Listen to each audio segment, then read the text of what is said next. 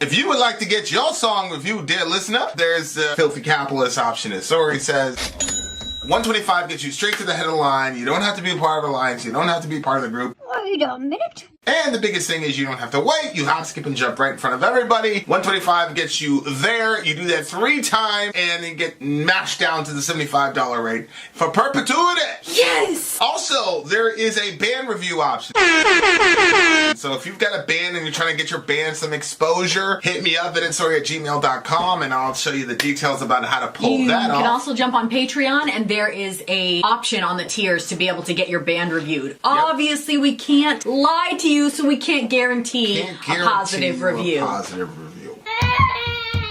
Get what you get. It's just rubbish. Rubbish. Rubbish. That's British for garbage. My favorite is a community option. $1 at the gate gets you in at Patreon. You get to join an alliance. The alliance joins their points together, and that helps determine what songs that we do. The alliances hang out on Discord.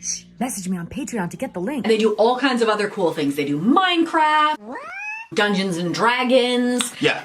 It's really a community within the community. Anybody can go on the Village, Facebook.com/Vin and Sori. There's 160,000+ people on the channel. What's cool about the Discord is that it offers a real opportunity for community connection, friendship, that type of thing. And it's on Discord, so if you're not a Facebook person, it's for you. You start off at $1. Right. Plus you get exclusives. Sori and I are working on a song. So the first 15 seconds of that was on Patreon. Also, at $15 tier and above, when we actually debut the video, they're going to be there live with us. There you are, dear listener. Buy our merch. Buy merch indeed. A child shall lead them To buy our merch. Yes, dear listener. Yes, dear listener. Yes, dear listener. In Waves, please play Can't Touch This by MC Hammer, a masterpiece. Stacy! Gangsta.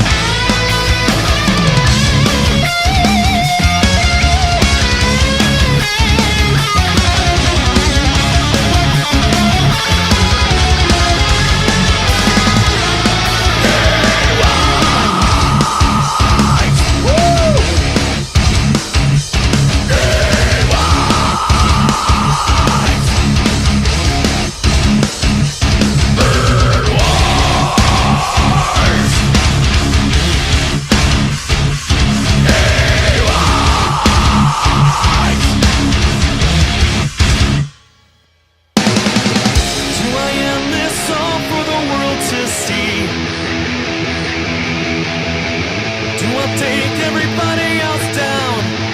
Everybody else down with me. I know that death approaches fast. What's the purpose if this life won't last? Pulling everyone down with me. Do I have this all for the world to see? Do I take everybody else down? Everybody else down with me. I know that death approaches fast. What's the purpose if this life won't last? Pulling everyone down with me.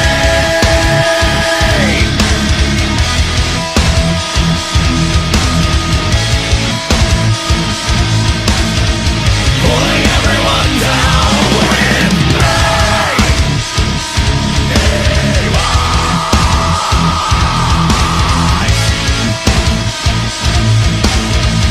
pulling everyone down with me.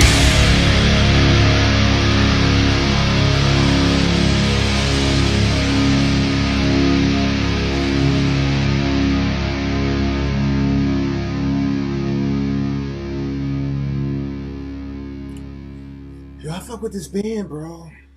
What? Guitar wise, like I like the ideas. I like what they do guitar wise. Like, especially like in the verse part, it sounds like a simple thing to play, but that's kind of like the guys that invented Gent.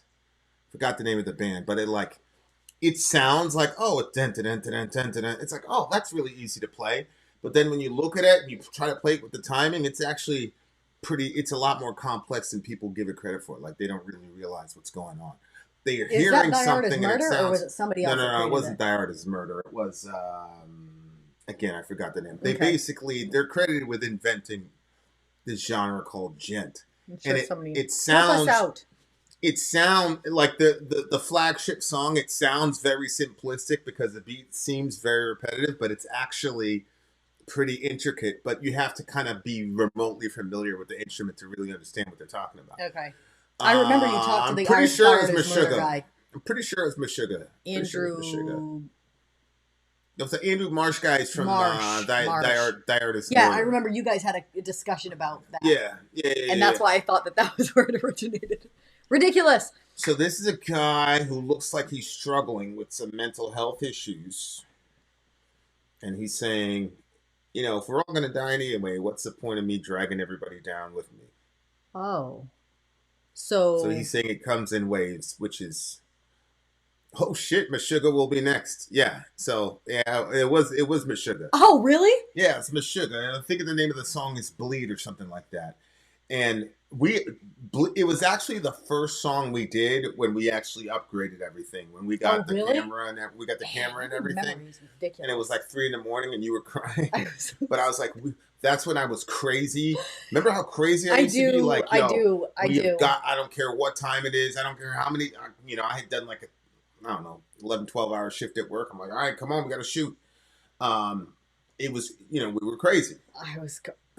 We hadn't been married for that long. You'd been working all day, and I wanted to hang out. I didn't want to be working till 3 o'clock in the morning. Yeah.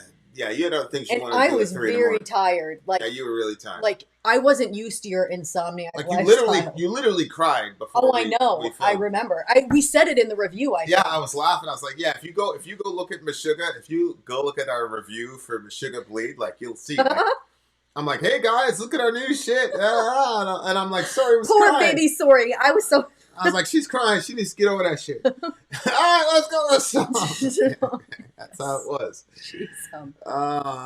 Well, you got your vengeance back for sure. You're like, you know what I'm going to do? I'm just going to stop recording. And that's what happened. Yeah, I think I couldn't have. I think a lot of YouTubers do, like, they stop because it's too much. Mm-hmm. And I think there was no way I could communicate that at that point, because I don't even think I recognized what was going on. But I definitely think that was what happened. Oh, I'm sure that's what happened. I'm sure. But you know me. I was like, hey, we're focused. And I I had just came out Dave, from that's so extreme. I had just come out from a pretty austere lifestyle. You know Yeah. what I'm saying? Like it's a pretty extreme situation. So I'm like, oh, you're crying because you don't have enough sleep. You're not even hallucinating yet. Come on, you're fine. Oh my God. I'm like, I'm used to going to bed at like 10 o'clock.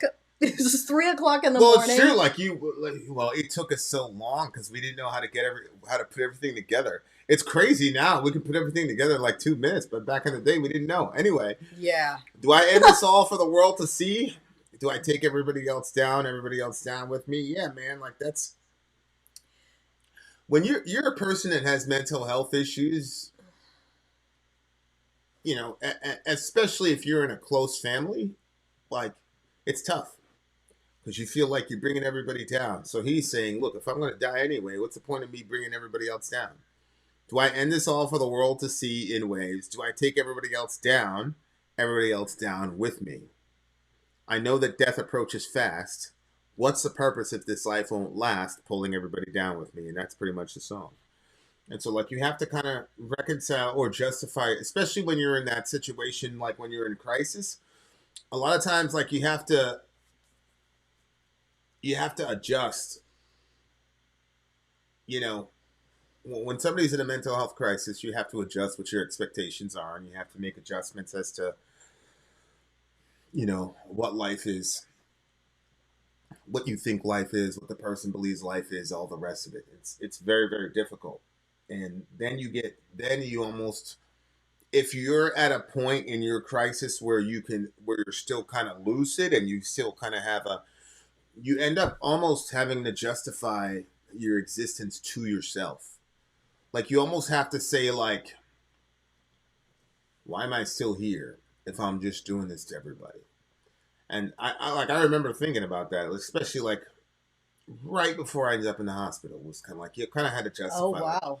Like, why am I around? Like, because you're thinking, you're seeing the effect that you have on your family. You're seeing the effect that you have on people that love you. And you're like, what the hell happened? So, Damn, Ryan. Sorry to hear that. I'm glad that we were able to be of help to you. Yeah, I'm sorry For that sure. happened to you, Ryan. And honestly, like one of the best ways of getting over a bad situation is celebrating other people's love. Because if you celebrate other people's love, then you could say, you know what, that's still available for me. I don't know the circumstances in which you lost your life, but there were a lot of years where like I would look at other people's situations and be like, you know what, love is still real. You know, like it's still a thing. And I think Stacy and Fernando proved that, obviously. Yeah, man. Like I really actually I like the song a lot. It was heavy, but it was very, very introspective. They have a very weird. Their song structures are weird sometimes. What do you have any tips or anything? Like let's say somebody finds upset. You said that you were at that point right before you went to the hospital where you were like justifying your existence to yourself. And then you ended up in the hospital and you clearly needed help. So would you say that when you're at that point that... Well, definitely, if you're at the place where you have to justify that that's probably something I should have. Yeah, you definitely need to be seeing somebody at that point. By that point, it's too late. Like you should have been seeing somebody well before that stage. But if you're in that I shouldn't have said too late, but it's late in the process. Let me say it that way. Yeah, right, but not too late. Right, yeah. Definitely see somebody. You know, like here's the thing. Like people go, "Oh no, you're not a burden. You're not a burden." Well, that's not true. Like when you absolutely are a burden. But here's the thing. That is not how we determine whether or not we're going to keep going with something, whether or not the backpack is heavy. That's right. What determines whether or not people keep going in light of a burden is the thing that you're carrying more valuable to you than your comfort. So if I have 7 100-pound, that's ridiculous. If I have 7 40-pound diamonds and I got to carry them up a hill for a mile, I am absolutely burdened I am the most burdened person on that trek. But when I get to the top of that fucking mountain, I'll be the richest person on that trek. So if you are a burden to your family, that's okay, because you're a diamond. Why? Because you're an image bearer of God. So you are worth carrying. You are worth being a burden as long as there is a destination, right? If I say, I'm going to get to the top of that mountain and I'm going to be the richest motherfucker on the top of that mountain. That's why I have 7 kids. Are they a burden? Of course. I've got an 18-year-old. He's an absolute burden. But I'm also the richest person I know. Mm-hmm. So that's what I'll say. Like, if you're a burden, that's okay. Because I always tell the kids, like, I'm going to be real with you. Like, I'm never, ever going to lie to you kids. Somebody asked me if they're a burden one time. I said, you absolutely are. And you're worth it. Aww. Because we're going to get to the top of the mountain. And we get to the top of the mountain because of you. You're going to make this family the richest family in the world. Right? And so if you can get there with yourself, cool. And if you can't get there with yourself, reach out to your people, because I guarantee you, your people are going to let you know in whatever way they can that you're a diamond and it's important to them that you fucking stay around. The worst possible thing to do is be a burden, make your family carry you for half the way, and then fucking quit on them so that when they get to the top of the mountain, they have nothing in the book bag, because that's happened to me too. So if you're a burden and your people have been carrying you, the worst thing you can do to them is take yourself out of the situation. That's not for you to do. You owe them that. If they've been carrying you, then you owe them the ability to get to the top of the mountain with you. So that's what I'll say about that. Yeah. Burdens are necessary, correct. Love the song. Really good message. 9.4. 9.4. 9.6. Man, guys, we got one more song. It's an Aussie song. I don't know if we're going to be able to see you guys tomorrow because we only have 61 likes, so I don't know. Just Ben's message. Which Ben? Scroll down. Which Ben? 8.5 for me? How past, dare you? No. He says, we're past 60 likes. I hope Ben likes the burden of likes that we carried for him. Shut up. Yeah, okay, so I'm definitely giving this one a 9.6. I liked it. Did you have thoughts? Can you pull up the lyrics again? This is Oh, I didn't. I can't wait to rewatch the Bird in Hell reaction at the end. That was hilarious. I don't. Okay, I'll have to watch that as well because I got to figure out what the hell that was. So we don't hilarious. know how we come off. So we have one more song for you, dear listener. One more song. It's by this guy named Ozzy Osbourne. It's like Quiet Loser or something like that. Quiet Loser? Secret Loser. It's Secret Loser. Loser. Secret Loser. Oh, Secret. yeah, that's right. Something having to do with losing. Okay?